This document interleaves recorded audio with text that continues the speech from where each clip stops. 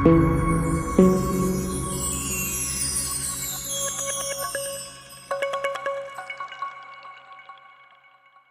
ওলামাই কারাম কোরআন থেকে দলিল পেশ করে থাকেন। আল্লাহ পাক কোরআন কারিমে বলছেন, আর রহমানু আলাল আরশি ইস্তাওয়া।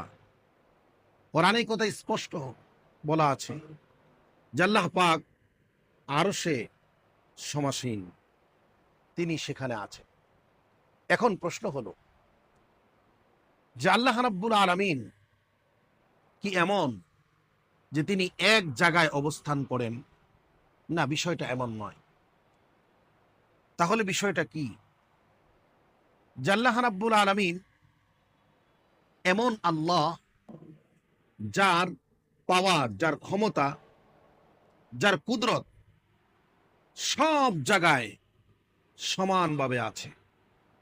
তিনি সবকিছু সমানভাবে দেখতে পান। যেমন কোরআন কারীমে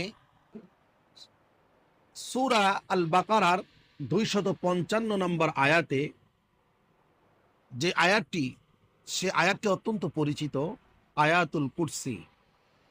এই আয়াতুল কুরসির মধ্যে আল্লাহ রাব্বুল আলামিন বলছেন, আল্লাহু লা ইলাহা ইল্লাহু আল হাইয়ুল কাইয়্যুম,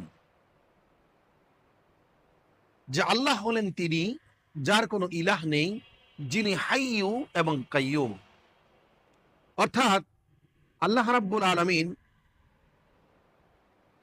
তিনি সর্বদা জীবিত, তিনি হাইয়ু এবং কাইয়্যুম, এবং সব কিছুর ধারক তিনি। তিনি সব কিছু দেখতে পান, শুনতে পান। অর্থাৎ তার কুদরত তাম পৃথিবী জুড়ে, তার সৃষ্টির মাঝে সমানভাবে তিনি পরিদর্শন করে থাকেন, তিনি পরিচালনা করে থাকেন। অতএব আল্লাহ রাব্বুল আলামিন কোরআনের ভাষায় তিনি বলেছেন, আর রহমানু আলাল আরশি ইস্তাওয়া, তিনি আরশে সমাসীন আছেন।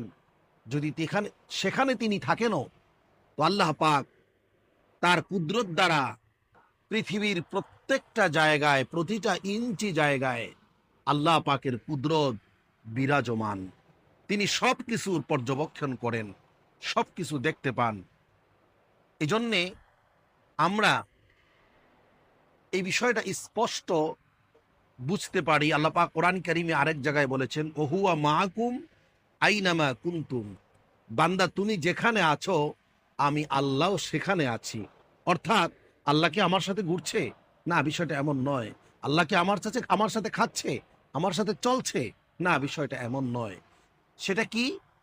সেটা বোঝার জন্যে আমি বলবো যে বর্তমান সময়ে যে প্রযুক্তি বের হয়েছে, এই প্রযুক্তির মাধ্যমে কোনো অফিসার বা কোনো কোম্পানির বস বা কোম্পানির ম্যানেজিং ডাইরেক্টর, চেয়ারম্যান, সে যদি চায় তার পুরা কোম্পানিটাকে তার অফিসে বসেও কন্ট্রোল করতে পারে। অর্থাৎ অফিসের মধ্যে বসে কোম্পানির কোথায় কি হচ্ছে তিনি সেটা দেখতে পায়, সেই সিসি ক্যামেরার মাধ্যমে এবং তার মোবাইলের মাধ্যমে মনিটরিং করে সেটা তিনি দেখতে পায়। এবং শুধু তার অফিসে নয়, তিনি চাইলে যে কোনো প্রান্ত থেকে, পৃথিবীর যে কোনো প্রান্ত থেকে তার মোবাইলের ডিভাইসের মাধ্যমে তিনি তার কোম্পানির সব কিছু, তার প্রতিটা শ্রমিক কি করছে, কখন কি করছে, সব কিছু তিনি মনিটরিং করতে পারেন। তো একজন মানুষ যার মাথায় আল্লাহ তাআলা বুদ্ধি দিয়েছেন, যাকে আল্লাহ তাআলা সৃষ্টি করেছেন, তার মাথায় এত বুদ্ধি যে আল্লাহ পাক দিলেন, ওই আল্লাহ আকাশ এবং জমিন যিনি সৃষ্টি করলেন, আকাশ জমিনের সব কিছু যিনি নিয়ন্ত্রণ করেন, ওই আল্লাহ পাক আরশে বসে থাকতে হবে এটা বিষয় নয়।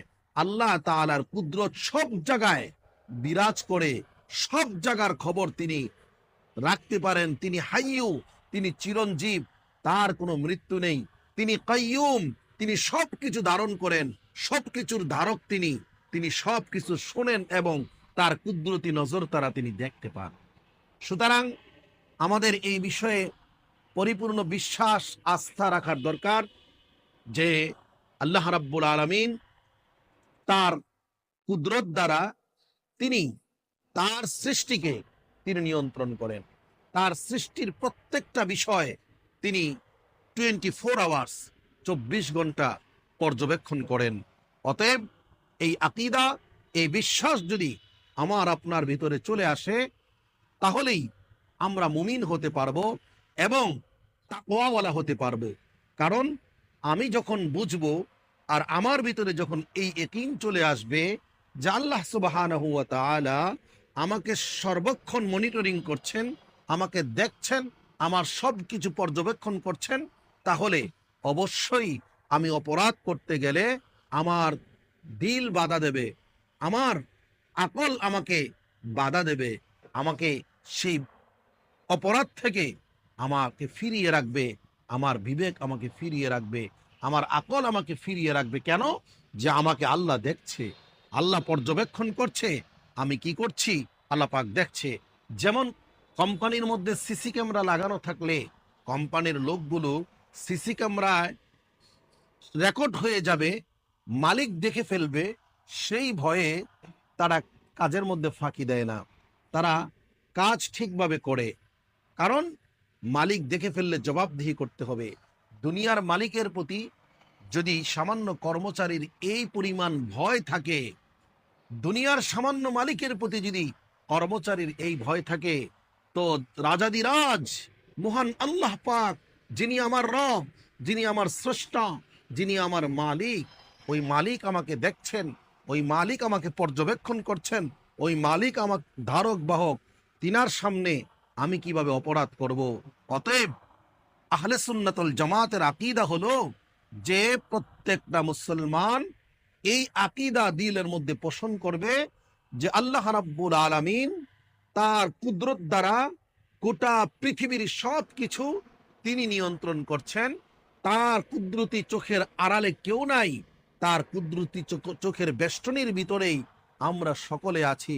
অতএব আমরা যা করব, আমরা বুঝে শুনে আল্লাহকে ভয় করে অপরাধ থেকে ফিরে আসব। আর যদি আমার ভিতরে এই আকীদা চলে আসে যে না, আল্লাহ আরশে বসে আসে, আল্লাহ আমাকে সব জায়গায় দেখে না, তাহলে তো আমি আল্লাহর শক্তিকে, আল্লাহর ক্ষমতাকে, আল্লাহর পাওয়ারকে অস্বীকার করলাম। সুতরাং আমাদের আল্লাহ তাআলার প্রতি পরিপূর্ণ বিশ্বাস, আস্থা রাখতে হবে।